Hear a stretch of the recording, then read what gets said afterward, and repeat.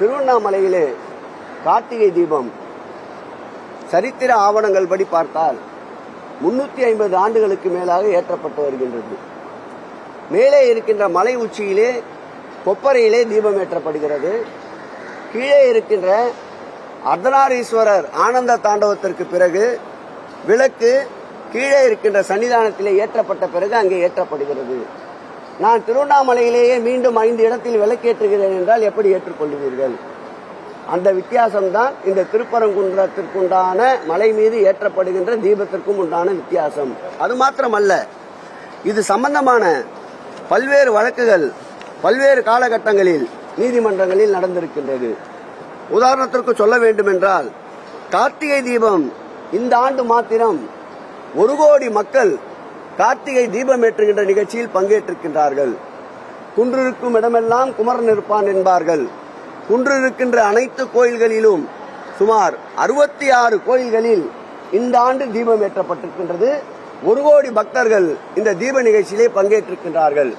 அதில் திருவண்ணாமலையை பொறுத்தளவில் 35 லட்சம் மக்கள் பங்கேற்றிருக்கின்றார்கள்.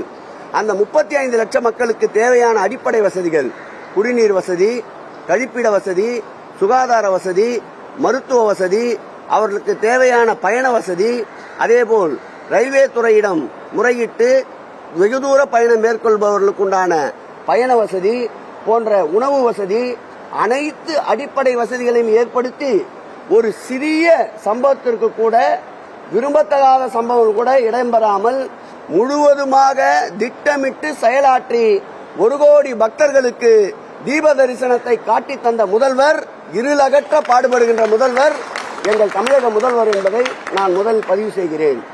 இந்த தீபம் ஏற்றுகின்ற வழக்கை பொறுத்தளவில் 1920ஆம் ஆண்டு ஆரம்பிக்கப்பட்ட நிகழ்வு இந்த நிகழ்வு.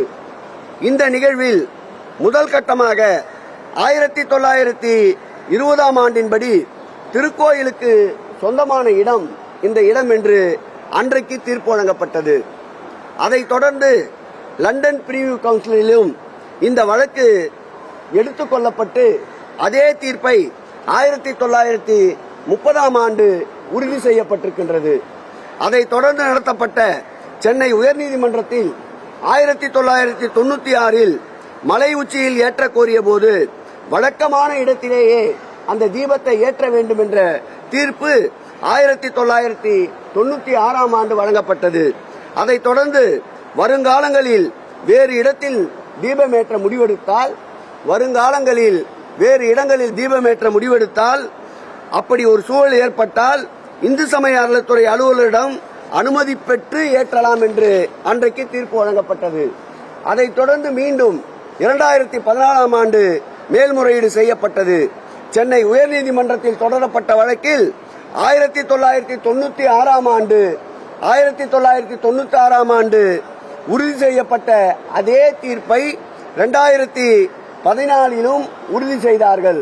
அதைத் தொடர்ந்து மேலும் மேல்முறையீட்டு மனு 2017ஆம் ஆண்டு தனி நீதிபதி பிறப்பித்த உத்தரவு மீண்டும் பெஞ்சு அன்றைக்கு நம்முடைய 2 நீதிபதிகள் அடங்கிய நம்முடைய நீதிபதிகள் இன்றைக்கு உச்ச நீதிமன்றத்தில் கல்யாண சுந்தரம், பவானி சங்கர் என்ற 2 நீதிபதிகள் அடங்கிய நீதிபதிகள் வழங்கிய தீர்ப்பில் மீண்டும் அதையே உறுதி செய்து ஏற்கனவே 100 ஆண்டுகளுக்கு மேலாக ஏற்றப்பட்ட இடத்திலேயே தீபம் ஏற்றப்பட வேண்டும் என்று உத்தரவிட்டிருக்கின்றார்கள். இந்த அரசை பொறுத்தளவில் சட்டத்தை மதிக்கின்ற அரசு, இந்த அரசை பொறுத்தளவில் பக்தர்கள் நலன் காக்கின்ற அரசு, இந்த அரசை பொறுத்தளவில் அனைவரும் சமம், அனைவரும் ஒரு தாய் மக்களாக வாழ வேண்டும் என்று நிற்கின்ற அரசு. அந்த வகையில்தான் நீதிமன்ற தீர்ப்பு ஏற்கனவே 2 நீதிபதிகள் கொண்ட அமர்வு என்ன உத்தரவிட்டிருக்கின்றதோ அந்த உத்தரவை செயல்படுத்துகின்ற, சட்டத்தின் ஆட்சி நடத்துகின்ற, சட்டத்திற்கு சிறிதும் களங்கம் ஏற்படாமல் சட்ட பாதுகாப்பு தருகின்ற மாண்புமிகு முதல்வர் அவர்கள் மேற்கொண்டிருக்கின்ற நடவடிக்கை இன்றைக்கு சங்கிகளை